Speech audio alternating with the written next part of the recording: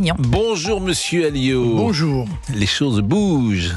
C'est le moins qu'on puisse dire. Auriez-vous imaginé, il y a encore de cela quelques temps, qu'Éric Ciotti et Marine Le Pen puissent trouver un accord, j'allais dire, de gouvernement? Écoutez, on l'imaginait, puisque c'est à mon avis la logique aujourd'hui du contexte politique que nous vivons. Monsieur Macron est déconsidéré, son gouvernement avec, l'extrême gauche se débat dans la caricature, il faut bien le dire, et son extrémisme. Et il y a une voie, la troisième voie, qui est celle du Rassemblement national, avec des forces qui sont à l'Assemblée nationale, et notamment, évidemment, les LR et M. Ciotti, entre autres. Alors, je le disais tout à l'heure à Manon Aubry, et je pourrais vous dire la même chose, il n'empêche que les programmes ne sont pas exactement les mêmes. Sur la retraite, vous ne pensez pas pareil. Sur l'économie, manifestement, le Rassemblement national est plus à gauche, par exemple sur l'assurance chômage, en tout cas perçu comme plus à gauche que les Républicains. Mais je vous propose peut-être d'écouter ce que disait Jordan Bardella ce matin sur « Nous sommes prêts à gouverner ensemble ». Depuis plusieurs mois, nous travaillons à l'organisation d'élections législatives anticipées. Pourquoi ? Parce que chaque jour qui passe et chaque jour qui nous rapproche du pouvoir, nous nous y préparons. Nous sommes prêts à gouverner. Nous avons un certain nombre de textes, de projets de loi qui sont évidemment prêts à entrer en vigueur. Dans le cadre d'une cohabitation, on ne peut évidemment pas faire tout ce que la présidence de la République vous permet de faire. Mais on peut faire des choses pour le pouvoir d'achat, pour la sécurité, pour l'immigration. Et moi, c'est un peu l'objet de l'appel que j'ai lancé hier à d'autres formations politiques. Je veux bâtir la majorité la plus large possible. Autre intervention qui nous a intéressé, celle d'Édouard Philippe, qui était jadis chez les Républicains, qui a fondé son propre mouvement et qui sans doute est en difficulté à l'abord de ces législatives. Dans le programme du Front National, dans les positions du Front National, il y a l'idée ancienne qu'il faut revenir à l'âge de la retraite à 60 ans. Est-ce que c'est 60, 62 ? C'est pas très clair parce qu'ils comprennent bien que... Je dis aux Françaises et aux Français, peut-être que c'est très beau à entendre. Mais un, ça ne se fera pas. Et deux, si ça se faisait, c'est la crise financière assurée. C'est une crise qui toucherait tous les Français. Quelle est la position exacte du Rassemblement national sur la retraite aujourd'hui ? Oui, mais c'est toujours faire peur. Faire peur, monsieur Darmanin, hier aux 20h, faire peur. Mais le résultat économique de leur magnifique politique et de leur grande intelligence stratégique... Mais c'est pas ma question. Oui, mais je vais y répondre. Vous l'avez sous le nez. Alors moi, les donneurs de leçons en matière économique, si vous voulez, je regarde ça avec une certaine distance, parce que si ils avaient réussi à faire le bonheur de nos concitoyens, très certainement, nous ne serions pas là. Ça, c'est le premier point. Deuxième point, sur la retraite, c'est une question d'annuité. C'est les fameux 40 ans d'annuité, et avec un âge de retraite, selon que vous avez un métier difficile, que vous êtes entré dans la vie active après 20 ans, si vous avez fait des études, etc. Donc c'est pas une retraite pour tout le monde à 60 ans ? Évidemment que non, mais on l'a toujours dit, mais personne n'a ouvert les oreilles comme il fallait. Voilà. Bon, en tout cas, vous l'avez précisé. C'est les années de cotisation qui sont importantes. Au bout de 40 ans, on est en retraite quoi qu'il arrive. Quelqu'un qui a commencé à 18 ans, qui a fait 40 ans, à 58 ans, il peut être en retraite. Au prorata de ce qu'il a cotisé. Après 40 ans, c'est une retraite pleine, j'imagine, au bout de 40 ans. Par exemple, quelqu'un qui a 18 ans, qui a eu un métier difficile et qui arrive à 58 ans, 40 ans de cotisation. Pour les métiers difficiles, 40 ans d'annuité de retraite. D'accord. Bon, voilà. Les choses ont le mérite d'être claires. Ce qui est intéressant également, c'est de voir qu'il y aurait une ouverture avec les Républicains. Il y a possibilité également d'ouverture avec Marion Maréchal. Et Marion Maréchal, elle était ce matin sur CNews. Écoutez ce qu'elle a dit, et notamment de ces rapports qui sont difficiles avec Éric Zemmour. On s'est pas toujours compris durant ces élections avec Éric Zemmour, en effet, parce que lui considérait qu'il fallait, en aucun cas épargner le Rassemblement national, mais surtout jouer la concurrence en priorité avec eux. Moi, peut-être que le Rassemblement national a peur de négocier avec Éric Zemmour de ce fait. Il y a peut-être un problème de confiance qui se pose dans les discussions que vous avez eues hier avec Jordan Bardella. Si Jordan Bardella a confiance en vous, peut-être n'a-t-il pas confiance. C'est ce que manifestement un certain nombre de dirigeants du Rassemblement national, dont Jordan Bardella directement, a évoqué publiquement à l'issue de notre rendez-vous. Moi, je tiens quand même à préciser que je ne suis pas là dans une démarche personnelle. au-delà des idées, il faut concilier parfois les hommes et les femmes, et parfois ça peut être compliqué. Éric Zemmour a répondu d'une certaine manière il y a quelques minutes via Twitter à Marion Maréchal. Dans ce moment crucial de la politique française, l'heure est à un grand rassemblement pour la victoire. Il y a encore la gauche rassemblée en Front populaire à montrer sa volonté de reprendre le pouvoir Emmanuel Macron. Je recevrai Marion tout à l'heure pour connaître ce qu'elle cherche vraiment à obtenir. Pour le moment, les modalités d'un rassemblement ne m'ont toujours pas été communiquées, dit-il. Donc chaque mot, évidemment, on peut le décrypter. Mais est-ce qu'avec Éric Zemmour, si les idées, il peut y avoir des passerelles, est-ce que c'est plus difficile avec Éric Zemmour parce que entre Éric Zemmour et Marine Le Pen, le courant ne passe pas forcément? Mais il ne passe pas qu'avec Marine Le Pen, puisque systématiquement, désormais, quand il prend la parole, il est dans la critique sévère du Rassemblement national, et donc de Jordan Bardella et de quelques autres qu'il ne juge pas à la hauteur de ce qu'il pense être sa propre pensée. Voilà. Sauf que on ne fait pas le rassemblement en insultant ses partenaires. Et jusqu'à présent, moi, dans la bouche d'Éric Zemmour, que je connais bien, je ne vois que des insultes rabaissées, du dénigrement et si vous voulez, une position un peu hautaine, comme si c'est lui qui avait la science infuse et que nous serions, nous, une anomalie, en quelque sorte, démocratique. Je lui rappelle quand même que je collais des affiches il y a 30 ans. Dans 20 ans, la France sera une république islamique. À ce moment-là, il était planqué au Figaro, il a voté 2 fois Mitterrand, et je n'ai pas de leçon à recevoir d'Éric Zemmour. C'est plutôt lui qui est venu sur nos positions, plutôt que nous qui serions à sa remorque.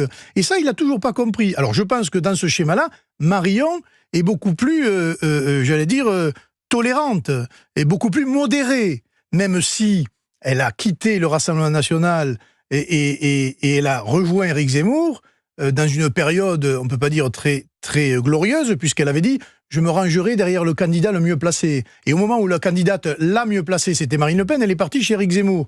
Mais peu importe, maintenant, effectivement, c'est le rassemblement pour affronter la gauche, parce que ce rassemblement de la gauche, personne n'en parle trop, mais c'est une honte, pour le Parti socialiste notamment. Pour moi, c'est un pacte de collaboration de M. Faure. Voilà, ils sont dans la collaboration de l'islamisme, du communautarisme. J'entends ce que vous dites, mais j'ai envie de dire en même temps, les électeurs jugeront. Si les électeurs jugent cela comme crédible, bien ils donneront leur voix à Monsieur Faure, à Europe Écologie Les Verts, à la France Insoumise et au parti de Monsieur Glucksmann. Oui, sauf qu'il vous échappera pas. Il y a un point d'interrogation. Et autrement, si c'est contre-productif, vous savez, on peut avoir les deux analyses possibles. Les gens qui ont voté Glucksmann dimanche, vous pensez qu'ils ont envie de voter dans un parti où il y a la France Insoumise? Mais en même temps, je ne suis pas sûr que cette stratégie soit payante à l'arrivée. Et je suis même pas sûr qu'elle ne vous serve pas, vous. Mais en même temps, ils mettent des jeunes dans la rue qui manifestement ne comprennent pas bien ce qui se passe. Les syndicats embrayent et ils tentent de faire le chaos dans la rue parce qu'ils ont perdu dans les urnes.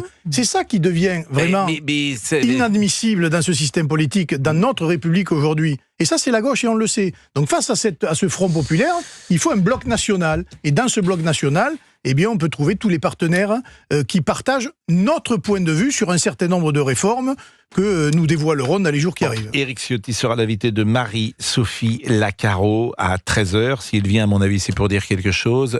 Vous n'avez pas d'informations en particulier à nous donner là-dessus? Vous n'êtes pas dans la confidence? J'écouterai M. Ciotti. Bon, si demain, M. Bardella était Premier ministre, est-ce que vous-même, vous auriez un poste de responsabilité? Est-ce qu'il y a D'abord, est-ce qu'il y a un domaine qui vous intéresse particulièrement? Est-ce que vous pourriez imaginer, vous faites partie des figures du Rassemblement national, vous êtes au Rassemblement national depuis combien de temps, Monsieur Alliot? Depuis 34 ans. Bon, vous avez une certaine légitimité quand même. Les choses n'ont pas été aussi joyeuses qu'elles ne le sont aujourd'hui. Il y a eu des moments sans doute plus difficiles. Donc, est-ce qu'il y a des centres d'intérêt politiques que vous pourriez avoir? Écoutez, je gère pour l'instant une ville de 120 000 habitants. Si Jordan me le demandait, évidemment, j'y participerai. Mais je pense que l'important aujourd'hui, c'est de gagner cette élection législative. Le reste, si je puis dire, ça viendra en son temps. 11h43, nous marquons une pause. Vous allez pouvoir échanger avec une jeune femme qui n'est plus là, manifestement, monsieur Boubouk. C'est Luce qui va prendre la parole. Mais c'était une autre jeune femme tout à l'heure. Exactement, mais là c'est Luce qui va prendre la parole. Mais vous me surprenez. Oui, mais on s'adapte, Parce qu'on a peut-être parlé un peu trop longuement avec monsieur Alliot. Et on devait avoir Faïda parce qu'on avait Manon Aubry. Mais là, puisque c'est Louis Alliot, je me suis adapté. Et c'est Luce, on s'adapte, on est en direct. Eh oui, monsieur, on est des professionnels, laissez-vous faire. Il n'y a pas de souci, il est 11h44. Et vous aussi, vous pouvez réagir avec Pascal Praud sur Europe 1, vous composez ce numéro. Exactement, et Louis Alliot est avec nous, c'est le maire du Rassemblement National de Perpignan, et je vous propose d'échanger peut-être avec Luce. Bonjour Luce. Oui, bonjour à tous, bonjour Monsieur Praud. Vous avez voté ce week-end, dimanche ? Oui, tout à fait, bien sûr. Est-ce qu'il est indiscret de savoir pour qui vous avez voté ? Eh bien, écoutez, j'ai voté pour le parti qui a gagné. Le Rassemblement National. Exactement. Vous avez 53 ans. Oui. Vous avez toujours voté pour le Front National ou le Rassemblement National ? Non, c'est la première fois. Mon cœur est plutôt chez les Républicains. Et je me suis dit cette fois-ci que quand on est face à l'histoire, eh bien, il faut savoir saisir cette opportunité. Donc, j'ai franchi le pas pour montrer mon mécontentement, mais pas que, pour aussi faire réagir en fait les politiques pour qu'il y ait un véritable sursaut dans le pays. Et aujourd'hui, j'y crois vraiment. Et qu'est-ce que vous attendez du Rassemblement National ? Eh bien, écoutez, pas que d'eux. J'attends que toutes les droites soient enfin intelligentes. Elles nous ont montré qu'elles pouvaient avoir du courage. Donc maintenant, il faut être intelligente et il faut faire comme les autres. C'est-à-dire, il faut être tacticien. Il faut être opportuniste. Mais dans les mesures concrètes, qu'est-ce que vous attendez ? Je souhaite qu'il y ait véritablement des rapprochements, des mains tendues, pour qu'il puisse y avoir... J'entends bien, mais dans le programme, une fois que le Rassemblement National est au pouvoir, quelles sont pour vous les 3 ou 4 mesures essentielles à prendre pour le pays ?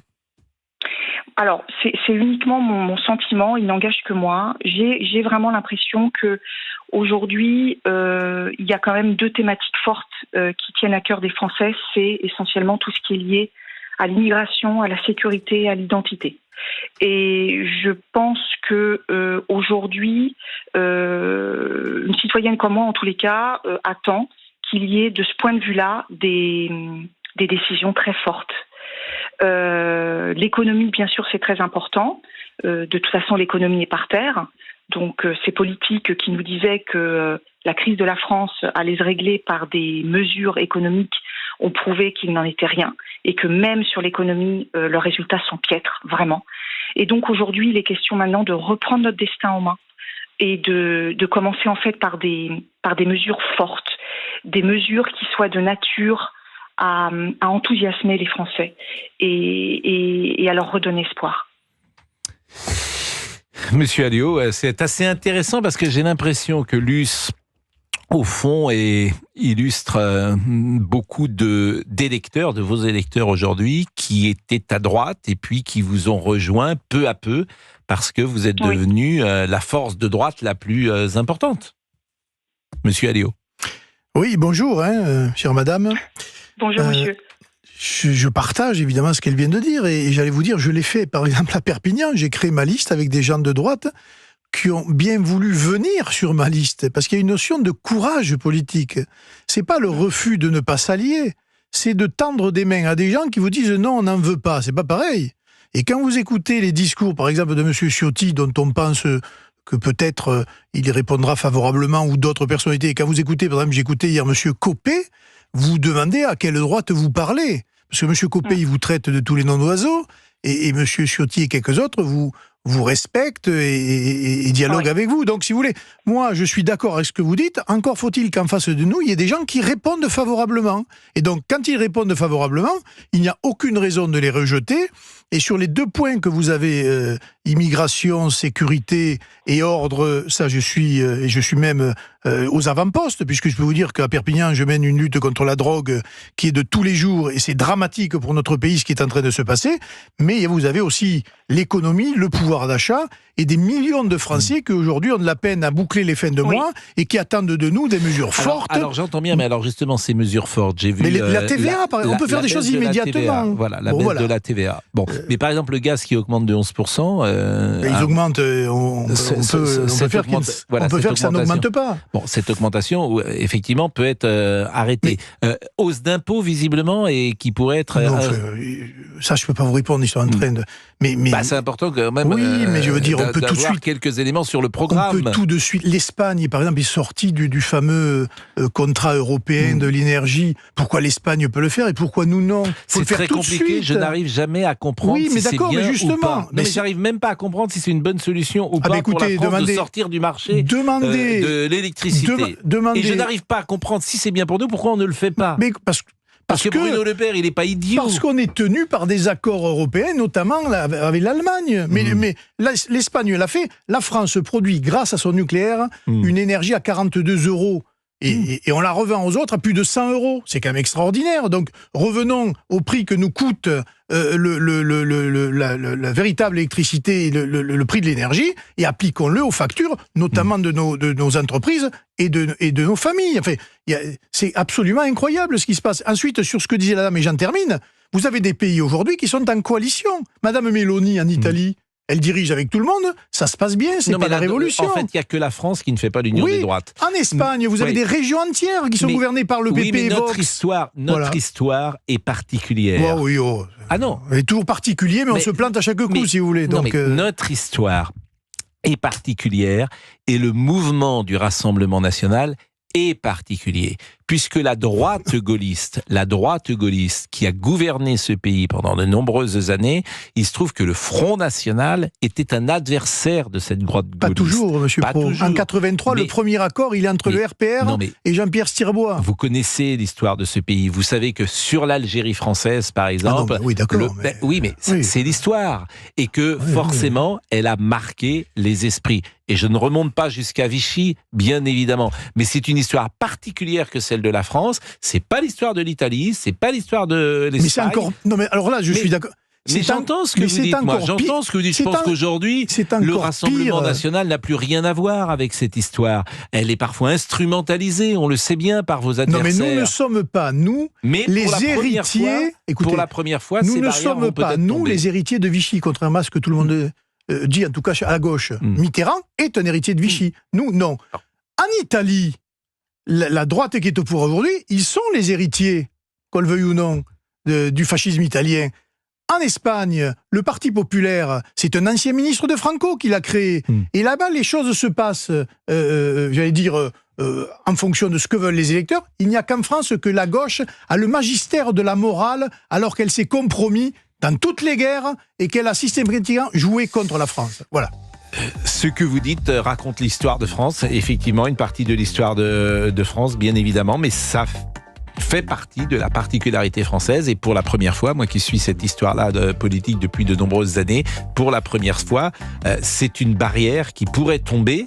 Effectivement, d'où certaines réactions. Jean-François Copé, j'ai vu également que Xavier Bertrand n'était pas forcément pour cet accord, puisque Jacques Chirac ou Nicolas Sarkozy étaient sur une position aucun accord avec le Rassemblement national ou le Front national.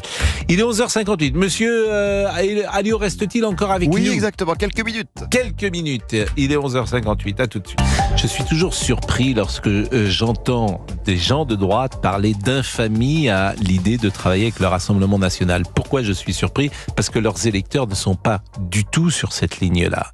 Et je pense toujours qu'ils sont parfois déconnectés. Et c'est une des raisons, me semble-t-il, pourquoi parfois les Républicains ont perdu autant de voix ces dernières années. Louis Alliot. Ça a toujours été ma conviction. Il y a un fossé énorme entre ce que pensent les dirigeants des LR et ce que l'on peut voir dans nos villes. Et d'ailleurs, le transfert de cet électorat sur notre formation politique aujourd'hui est pratiquement total. Moi, je vois les PO étaient un département qui était sarkozyste, ultra-sarkozyste. Pyrénées-Orientales. Pyrénées-Orientales. Bien sûr.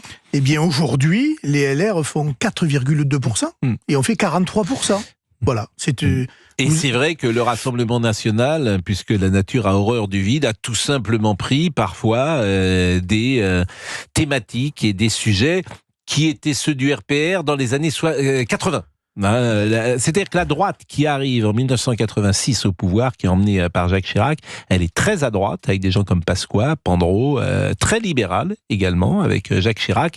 Et après, elle deviendra différente, plus sociale peut-être, avec la campagne de 95. Mais en 86 et ces années RPR, on pourrait citer d'ailleurs Nicolas Sarkozy, Patrick Balkany, tous ces gens-là étaient des gens très à droite dans ces années 80. Et d'autres qui avaient eu d'ailleurs une jeunesse très turbulente dans des organisations d'extrême droite. Ça n'a pas posé problème à un certain nombre de ministres. Alors, je vous disais que vous alliez avoir la contradiction avec un auditeur. Bonjour Mohamed, vous êtes chauffeur de taxi, merci d'être avec nous et vous vouliez peut-être ou poser des questions ou donner votre analyse sur le Rassemblement national. Bonjour Pascal, bonjour aux auditeurs de Pascal. Bonjour Monsieur Alliot. Bonjour. Je crois que vous êtes le seul à avoir réellement géré une ville chez les RN en général. Mon analyse de la situation, elle est simple, c'est que c'est fini la dédiabolisation du RN, ça ne marche plus.